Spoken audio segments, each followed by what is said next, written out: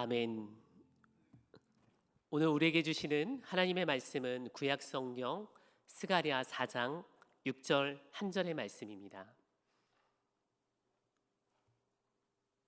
구약 성경 1316면 북은 스가랴 4장 6절 한 절의 말씀을 우리 한 목소리로 함께 봉독하도록 하겠습니다. 그가 내게 대답하여 이르되 여호와께서 스룹바벨에게 하신 말씀이 이러하니라.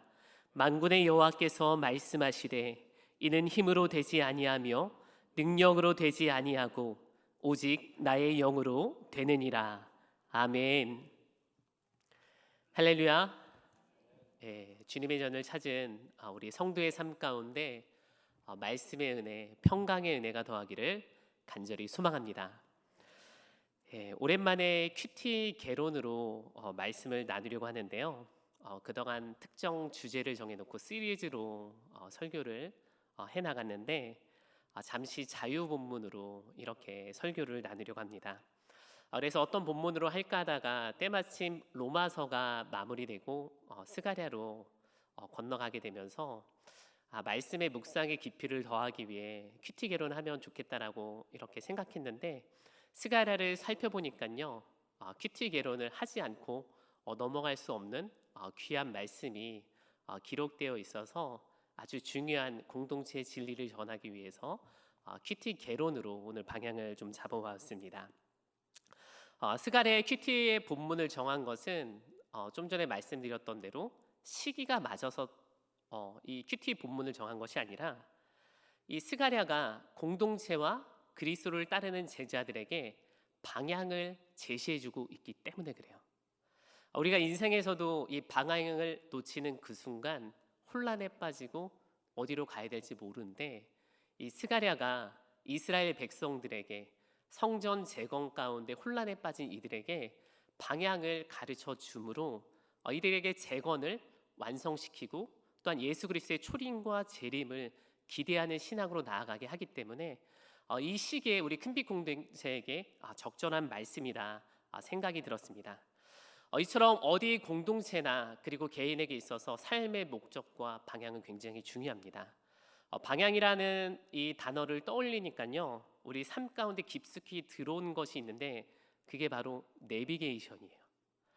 내비게이션, 일상에 아주 가까운 이런 도구로 자리하고 있는데 내비게이션 내가 설정하는 목적지를 맞춰놓으면요, 신경 쓸 거 하나도 없이 왼쪽 오른쪽 직진, 차선까지 몇 미터 전방부터 시작해서 아주 친절하게 잘 설명해 줍니다. 그런데 이런 내비게이션이 일상이 되어버린 오늘날 이 내비게이션의 편리함으로 인해서 가고자 하는 목적지의 좌표를 잃어버리는 경우가 있어요. 물론 평소에 그 좌표와 목적지를 알고 있는 이들에게는 그 내가 가야 될 목적지의 좌표가 궁금하지 않는데 처음 가보는 그곳, 내가 평소에 그 좌표가 어디에 위치해 있는지 잘 모르는 그곳에는 내비게이션의 음성만 듣고 따라가다 보면요, 실제 그 좌표가 위치해 있는 이 한반도 위치에서 어디쯤에 위치해 있는지 잘 모르는 경우가 있어요. 마치 삼척에서 서울 광화문을 가야 되는데 처음 가본 이들에게는 내비게이션 말만 듣고 가다가 실제 그 광화문이 이 대한민국 땅 가운데 어느 도에 있는지, 서울시에 있는지 경기도에 있는지 그 좌표를 모르고 그냥 끌려가는 상황이 벌어진다는 것이죠. 그렇기 때문에 오늘날 이 시대의 신앙인들이 이 스가랴의 말씀을 통해서 이 신앙의 목적지가 어딘지 알고 간다면 방향을 잃어버려도 어떻게 해요? 물어서 갈 수 있다는 거예요. 동쪽으로 가야 되는 게 맞는지, 서쪽 가서 물어봐야 되는 게 맞는지, 가야 될 근본적인 목적지를 알고 있다면 내비게이션이 없어도 어떻게 해요? 갈 수 있다는 거예요. 스가랴에서의 핵심이 바로 이겁니다. 성전 재건의 길을 잃어버린 백성에게 재건의 목적지를 분명하게 밝힘으로 그들의 삶에 도전을 주고자 하는 것이죠. 그것이 바로 하나님의 나라 그리고 그리스도의 재림이라는 거예요. 그러니까 우리 큰빛 공동체와 그리고 성도의 삶 가운데 마지막으로 최종적으로 기억해야 될 그 단어가 뭐냐? 하나님의 나라 그리고 그리스도의 재림. 우리는 그곳을 향해 달려가고 있다는 거야. 오늘 큰빛 공동체와 다양한 공동체 안에서 다양한 삶의 사역의 영위가 진행되고 있지만 그것이 무엇을 바라봐야 되는가? 하나님의 나라와 그리스도의 재림이라는 최종 목적지를 향해서 우리의 수고와 헌신이 달려 나가야 된다는 겁니다. 만약에 내가 하고 있는 수고와 헌신이 하나님의 나라를 어떻게 해요? 설정하지 않고 또 다른 것에 대한 목적을 두고 나아간다면 그것은 헛수고의 삶이 된다는 것이죠. 그렇기 때문에 우리 안에, 그리스도인 안에 가장 중요한 것은 무엇을 위해 살아가는가, 그 목적지를 분명히 할 때 방향을 잃어버리지 않고 언제든 다시금 일어나서 하나님의 나라를 향해서 걸어갈 수 있다는 것이죠. 스가랴서의 배경은 주전 538년으로 거슬러 올라갑니다. 지금으로부터 약 2500년의 그 시대의 배경을 가지고 있는데요. 이 바벨론 포로기에서 해방을 맞게 되죠. 이 페르시아 고레스의 칙령으로 인해서 이스라엘 백성들이 드디어 본토로 돌아가게 됐는데 이때 약 5만 명의 이스라엘 백성들이 본토로 돌아가게 되죠. 이것을 1차 포로 귀환 시대라고 합니다. 그러나 해방의 기쁨은 아주 잠시, 해방이 성전 재건까지 보장해 주진 않았습니다. 그 이유는 이스라엘 본토를 70년 동안 70년 동안 빈집으로 비워 놓으면서 그곳에 많은 역사적 이런 완력들이 그곳에서 자라나기 시작했죠. 이방인들이 자리를 잡고 있었던 사마리아가 이스라엘을 주도하고 있었고요. 여러 가지 신앙의 갈등과 영적인 싸움으로 인해서 성전 재건이 마음처럼 쉽지 않았다라는 거예요. 기쁨으로 시작된 성전 재건이 불과 2년 동안 기초를 놓는 것에서 멈춰지게 되었고 무려 16년이라는 긴 터널 속으로 아무도 빠져나오지 못하는 그곳으로 들어가게 되죠. 이때 학개에서 1장 4절의 말씀을 살펴보면요, 이 성전 재건의 목적을 잃어버린 이들을 향해서 이렇게 말하고 있는데요. 우리 함께 학개 1장 4절의 말씀을 봉독하도록 하겠습니다. 이 성전이 황폐하였거늘 너희가 이때에 판벽한 집에 거주하는 것이 옳으냐. 해방의 기쁨을 맞이하고 이 성전 재건에 정말로 기대감으로 본국으로 돌아왔는데 성전 재건의 시작은 부푼 기대의 마음으로 시작했는데 2년 만에 이것이 중단되게 되었죠.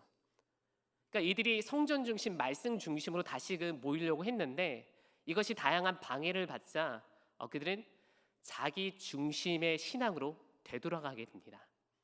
이것을 학개 선지자가 뭐라고 이야기하느냐? 너희가 이때 판벽한 집에 거주하는 것이 맞느냐? 정말 성전을 재건하기 위해서 다시 이스라엘 본토로 들어왔는데 왜 너희 각자의 삶을 위해서 집중하고 있느냐라고 이렇게 고발하고 있는 것이죠.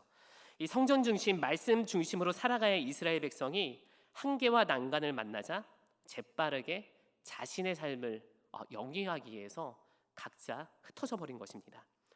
문제는 무엇이냐? 다양한 난관과 환경, 정말로 어려운 난관을 만났냐? 물론 그것도 문제일 수 있습니다. 그런데요, 이들의 삶에 성전 재건의 목적이 없었기 때문에 상황과 다양한 어려움을 만나자 그들의 방향을 잡지 못했던 것이죠.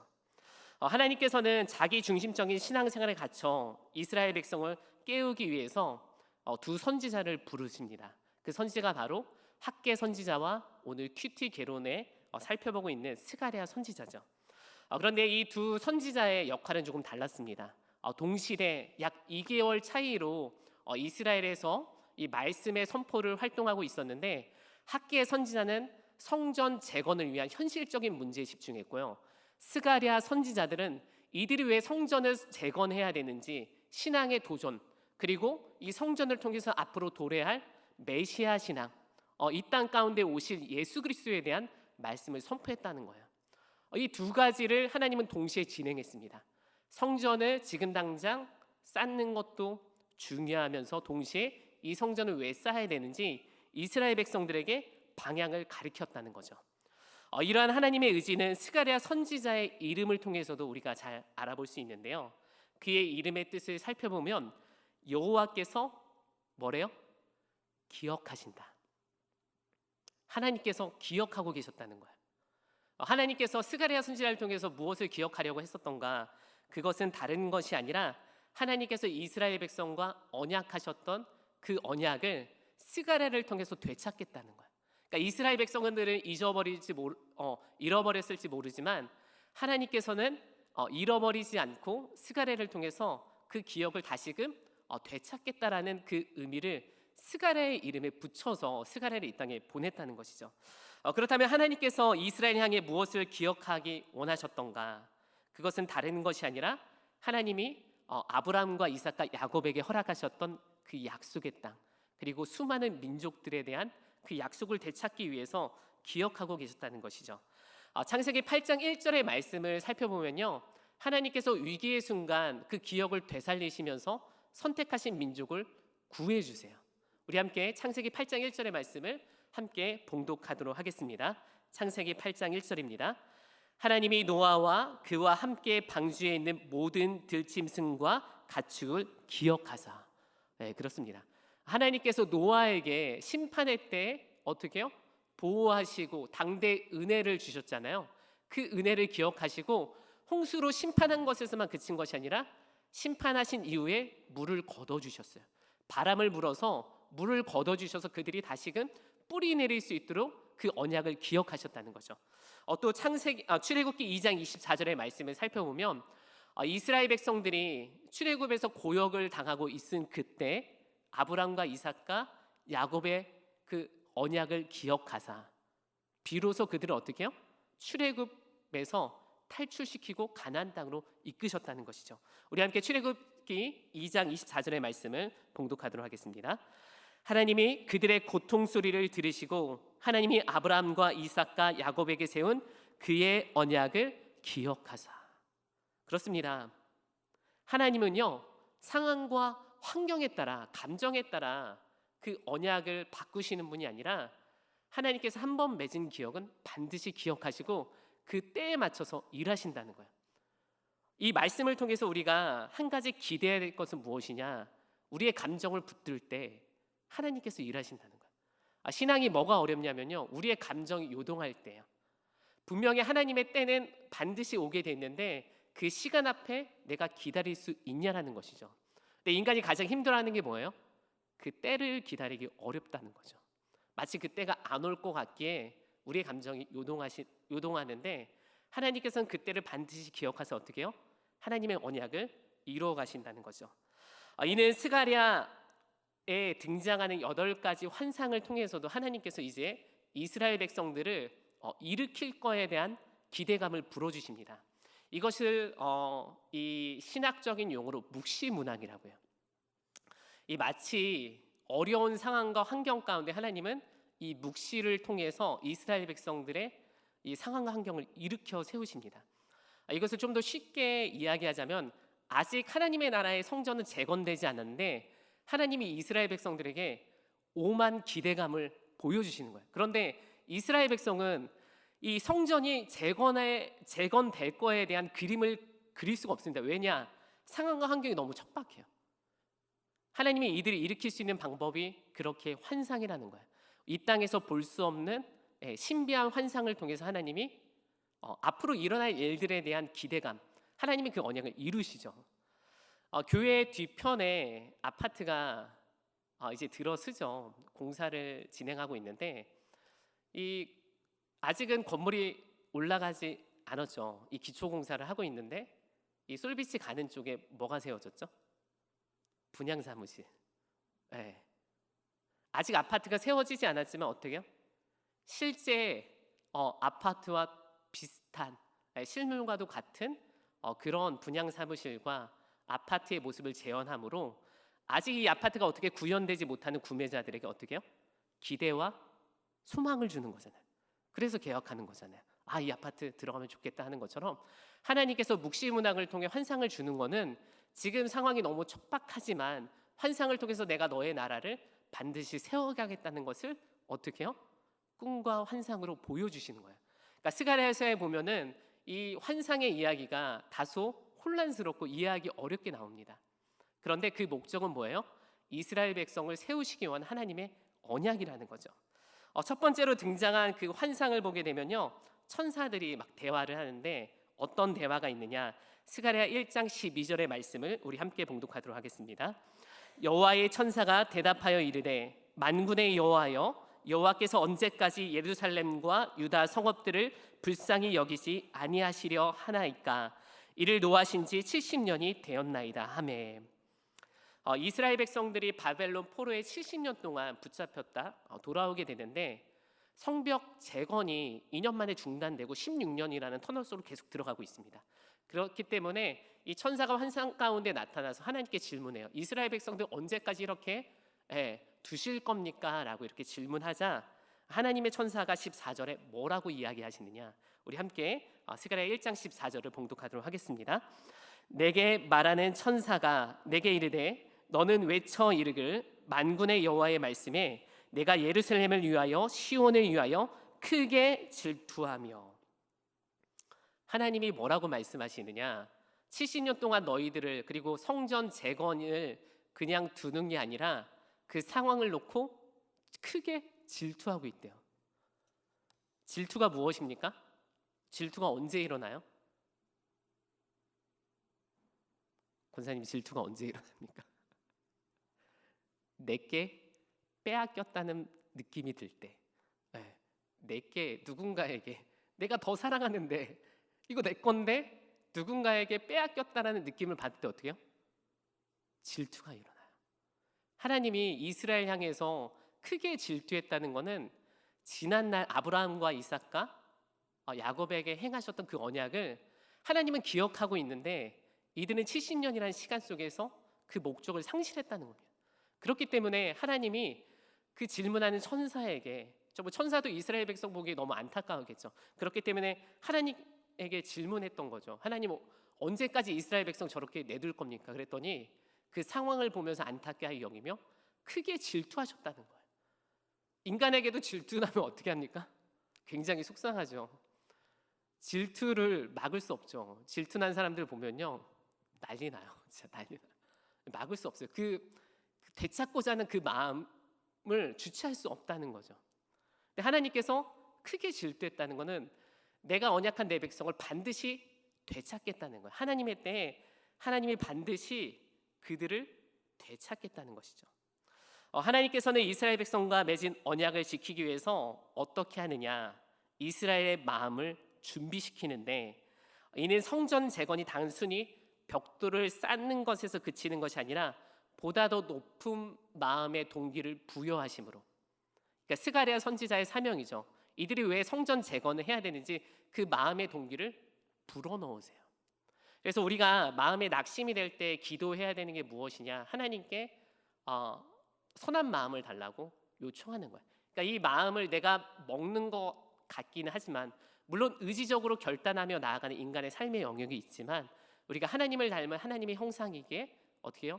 기도할 때 하나님 선한 마음을 불어넣어 주세요라고 요청하는 거죠. 감정과 육체는 우리가 컨트롤할 수 있지만 영은 기록된 말씀에 의해서 우리가 공급받을 때 새 힘을 얻는 거거든요. 그러니까 하나님께서는 이스라엘 마음을 그렇게 이 스가랴 선지자의 말씀 선포로 인해서 준비시킵니다. 방향을 잃어버렸던 이들에게 말씀을 계속 선포하면서 이들의 마음을 준비시켰다는 거예요. 그 첫 번째가 무엇이냐? 바로 이스라엘 백성들에게 회개를 촉구하십니다. 이 회개는 무엇이냐? 하나님 편으로 돌아서는 거예요. 이 사진 한 장 보시면요, 트럭이 빠져 있어요. 이 관리부 톡방에 이 사진이 지난주에 하나 딱 올라왔는데, 이게 뭐냐면은 이 관리부 이 팀원들이 이제 가지치기하고 장가지들을 이렇게 수양간 잔디밭 한쪽에 몰아놨는데, 이것을 빼기 위해서 트럭을 불렀는데 계속 연일 비가 왔잖아요. 그러다 보니까 이 잔디가 주저앉아 버린 거죠. 진흙벌이 된 거죠. 그래서 트럭이 들어갔다가 나오지 못한 거예요.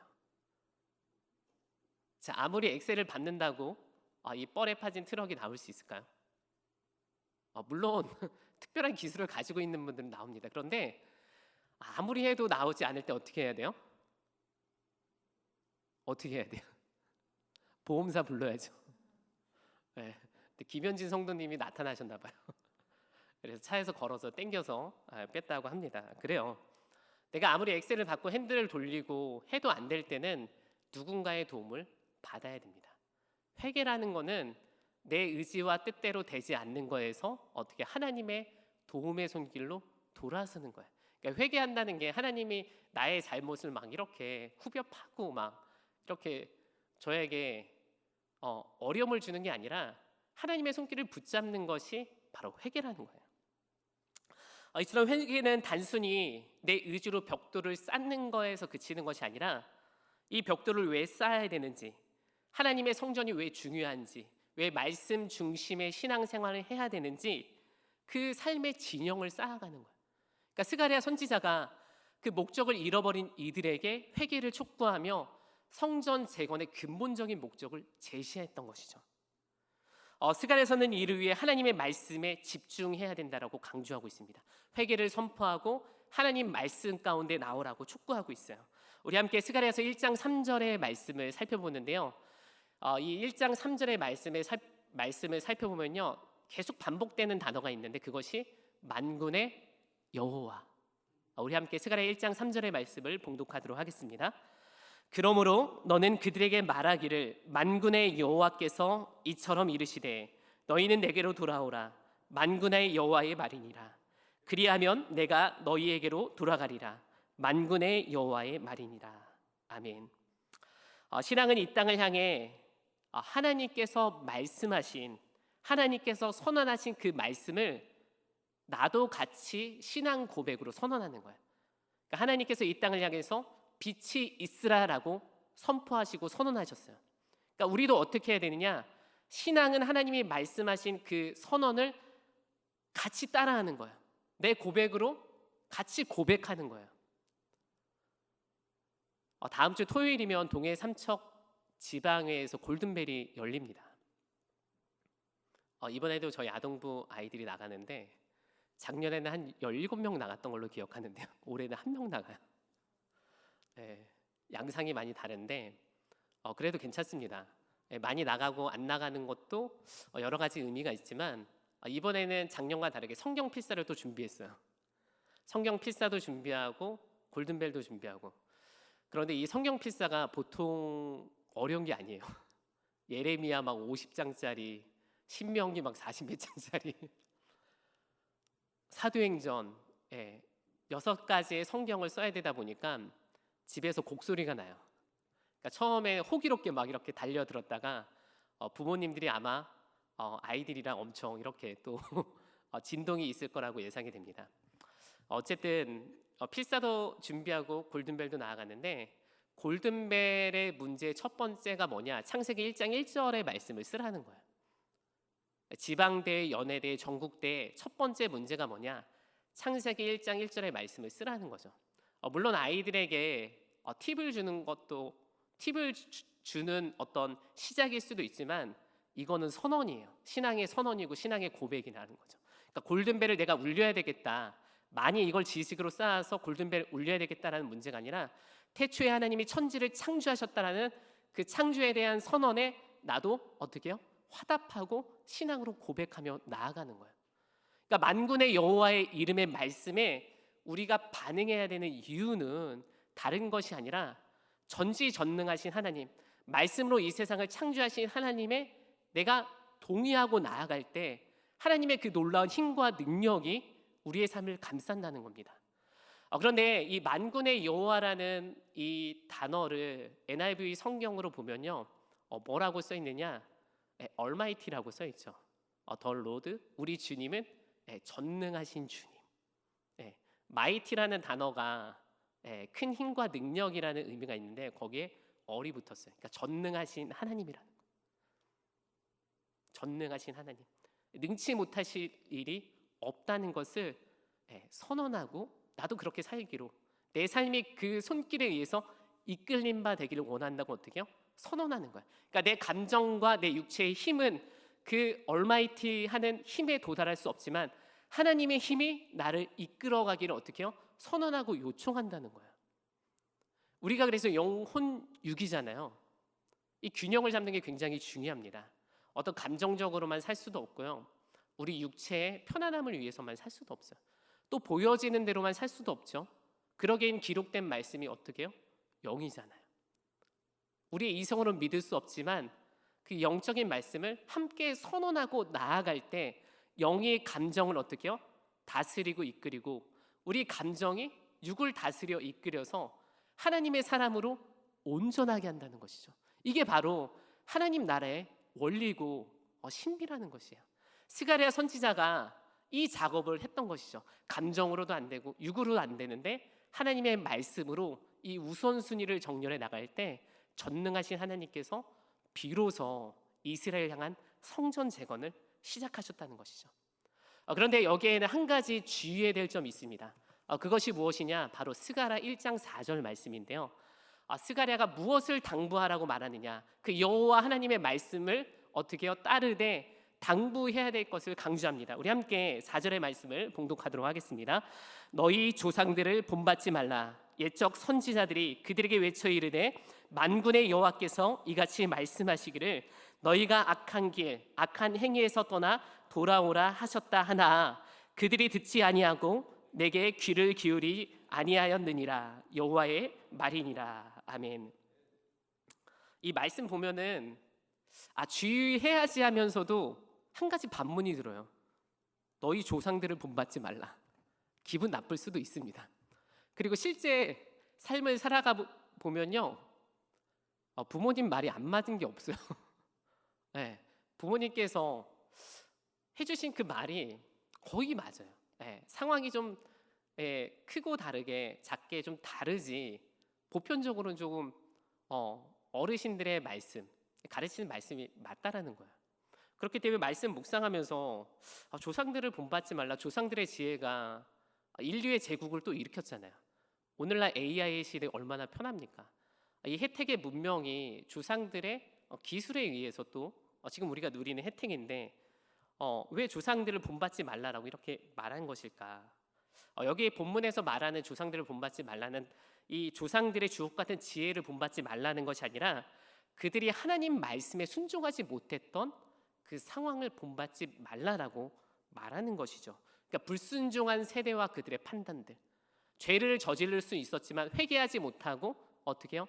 그들의 고집과 아집을 피웠던 그들의 상황들을 본받지 말라고 말씀하고 있는 것이죠.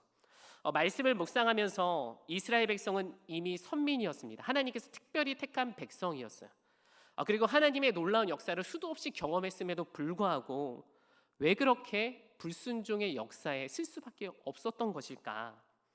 묵상하다가 인간의 본질이 그래요. 그러니까 상황과 환경도 그들을 죄 가운데로 몰아넣었을 수도 있지만요.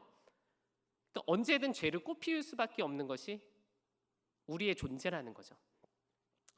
이 자리에서 우리 아이들을 양육해 보신 분들은 아시겠지만 아이들이 태어나면 만 1년이 되었을 때 뭐 하죠?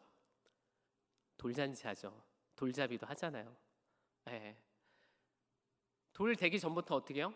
쥐려고 해요. 막 쥐려고 해요. 돌만 지나면 어떻게 해요? 부모님이 좀 도와주려고 하면요. 그 코딱지만한 것들이 손을 이렇게 쳐요. 네. 본인이 잡겠다는 거죠. 네. 그러니까 내가 취해서 내 나라를 만들겠다는 겁니다. 그런데 이것이 어디에 분명하게 나타나 있느냐? 창세기 3장 6절의 말씀을 보면요.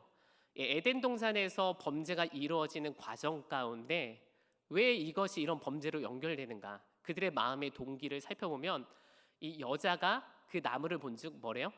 먹음직도 하고 보암직도 하고 지혜롭게 할 만큼 탐스럽기도 한 그 나무에 매혹된 거예요. 그러니까 하나님께서 정말로 아름답게 창조한 이 에덴 동산 너무나도 완벽했겠죠. 그런데 마치 내가 그것을 선택했을 때 하나님보다 더 좋은 세상을 만들 수 있다라는 거. 하나님께 선물하고 싶은 거예요. 우리 아이들이 자라나면서 사고 많이 치잖아요. 근데 사고 칠 때 정말로 엄마 아빠 죽이려고 사고 치겠어요? 엄마 아빠 정말 물 먹이려고 사고 치겠어요? 아니 그 나름대로 잘하려고 자랑하려고 하다가 그게 꼭 사고로 이어지더라고요. 지난 여름 엄청 더웠잖아요. 지난번에도 설교 때 몇 번 말씀드렸는데 저희 아들이 에어컨 실외기 창문을 닫아 놓은 거예요. 왜 닫아놨냐? 모기 들어온다고. 근데 실외기 있는 그 칸은 뭐예요? 열기를 빼내려고 했었던 거죠. 제가 한 6월 초쯤에 이제 더위가 오니까 실외기 창문을 미리 열어놨어요. 혹시 아이들이 틀을 수도 있기 때문에. 그리고 나서 에어컨을 점검하고 여름을 맞이했는데 분명히 에어컨 점검을 다 받고 문제가 없었는데 6월 중순에 에어컨을 딱 틀었는데 시원하지가 않는 거예요. 이상하다. 한 2시간쯤 기진맥진에 있어서 그렇게 있는데 이거 이상하다. 뭔가 이상하다. 에어컨 보니까 오버로드라는 이런 단어가 뜬 거예요. 이게 뭔가 이상하다. 그래서 이렇게 주위를 살펴보니까 실외기 창문이 닫혀 있어요. 야, 이거 불날 뻔했다. 아파트 태울 뻔했다 하고 얼른 이제 실외기 창문도 열고 환기를 시켰는데 저희 집 아들 호주 지호를 불러서 지호야, 너 우리 집 아들이니까 아들이 그래도 기계에 좀 더 민감하겠죠. 그래서 혹시 아빠가 없을 때 에어컨 틀 때 이거 닫혀 있거든. 반드시 열어야 된다. 이렇게 얘기했더니 저희 아들이 하는 말이 아빠 그거 내가 닫았는데 가정을 지키기 위해서 본인의 수준에서 이야기했던 거예요. 그러니까 우리가 이 세상을 살아가면서 따라야 될 지혜가 무엇이냐? 조상들의 지혜도 중요하지만 그때마다 성경을 통해서 물어야 돼요. 상황과 환경은 다 다르죠.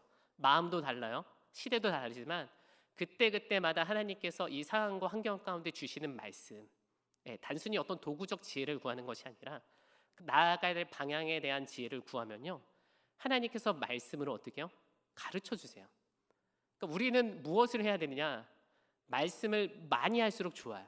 이게 단순히 지식을 자랑하는 것이 아니라 들었던 말씀을 통해서 하나님께서 생각나게 하시고 그 시마다 때마다 판단할 수 있는 역할을 우리에게 주시기 때문에 말씀이 중요한 이유가 여기 있다는 것이죠.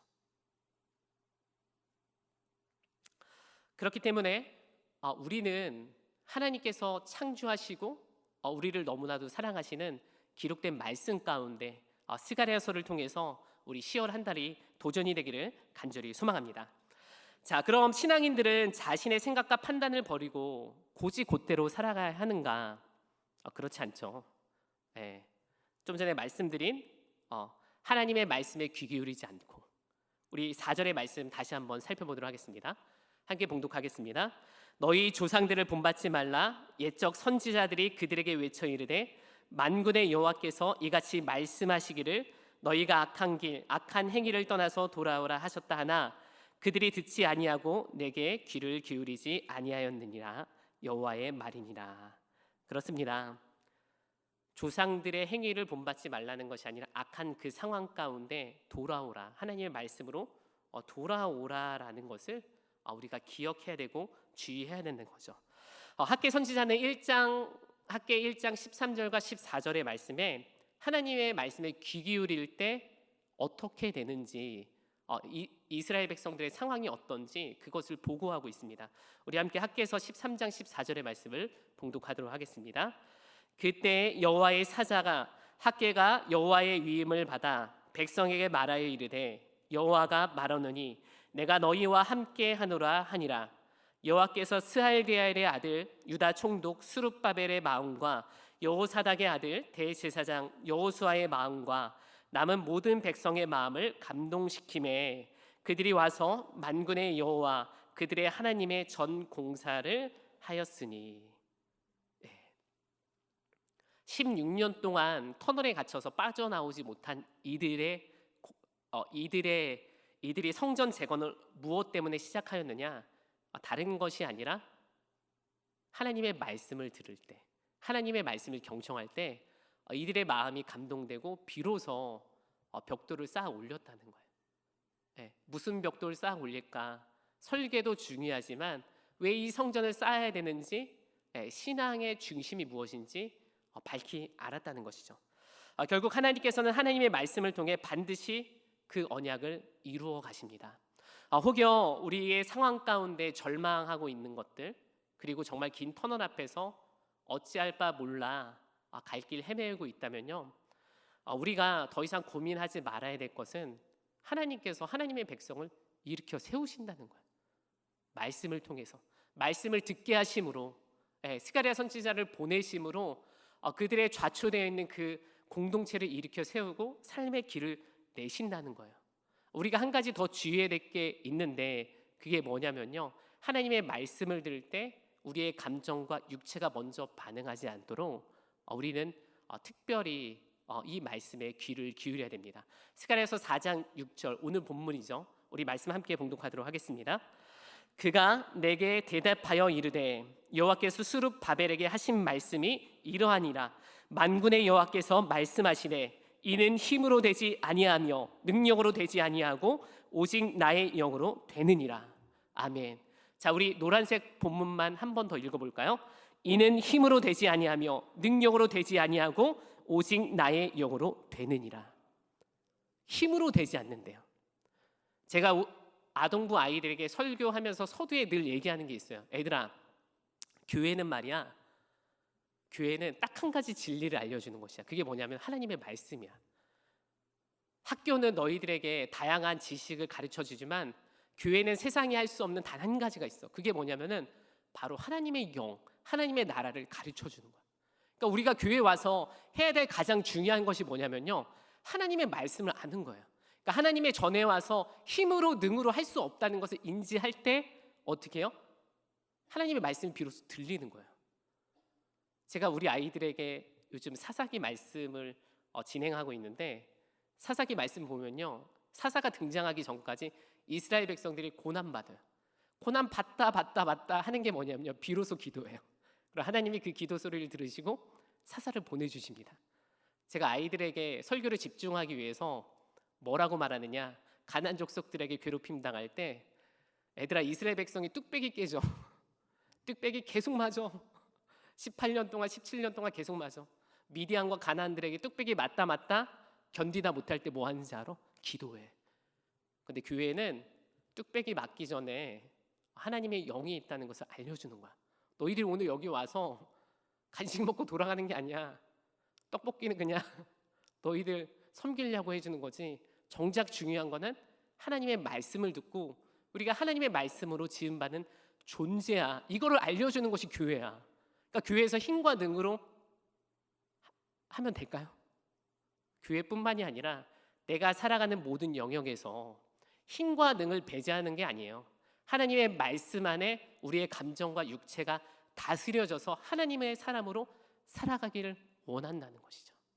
이 시간 우리가 스가랴서의 말씀을 이제 한 보름 정도 묵상하며 마무리하게 되는데요. 철저하게 하나님의 말씀이 나를 향해서, 우리 성도와 공동체를 향해서 무엇을 말하려 하는가, 우리는 이것을 분별해야 됩니다. 그럴 때 다시금 중단됐던 성전 재건의 자리로 우리는 나아갈 수 있는 것이죠. 말씀을 정리합니다. 우리 각자의 삶의 자리에 세워야 될 이 성벽이 너무 많아요. 때로는 그것이 너무 많아가지고 두려움이 있을 때도 있고요. 이것을 어떻게 쌓을지도 몰라 방향을 잃어버릴 때가 있는데요. 그때마다 하나님께 기도하십시오. 하나님께 요청하시면요, 하나님께서 비로소 그 언약을, 우리 각자에게 그 언약을 기억하시고 하나님이 우리에게 말씀에 감동을 더하여 주시고요. 그때 비로소 우리는 나도 모르는 지혜로, 나도 모르는 하나님의 지혜로 우리의 삶의 성벽을 반드시 쌓아 하나님께 영광 올려드릴 것입니다. 이 시간 우리 함께 찬양의 자리로, 결단의 자리로 나가기 원하는데요.